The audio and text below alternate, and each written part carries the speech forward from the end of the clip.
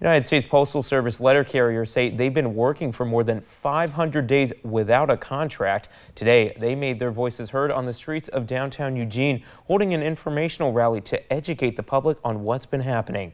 KEZI 9 News reporter Aaron Ariano spoke with the letter carriers on how the situation affects them and our mail delivery system. Letter carriers I spoke with say that they are the last people to touch your mail right before it's delivered, and that their role in the U.S. Postal Service is essential, which is why they say they deserve better. This is not a career that is sustainable like it used to be, even back in the 90s. When you got a postal job, you were pretty much set. But that's not the case anymore.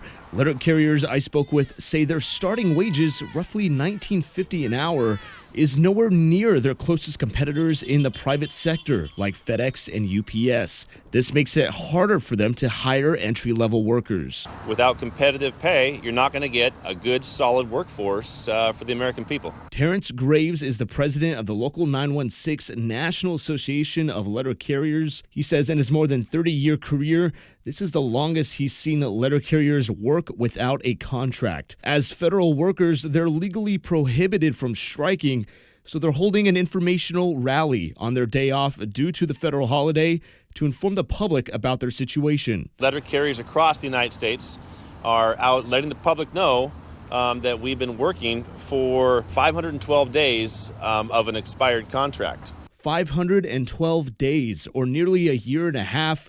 They're pointing fingers at both the leadership of the National Association of Letter Carriers and the Postal Service for dragging their feet in contract negotiations. And while they do that, letter carriers are forced to work jaw-dropping hours. Carriers sometimes work 70, 80, 90, and in a lot of cases, carriers work over 100 hours per week. Graves insists that while this continues, everyone's mail will still be delivered on time. The union letter carriers across the United States are the most dedicated of the entire federal workforce. We're the most trusted federal agency in the United States.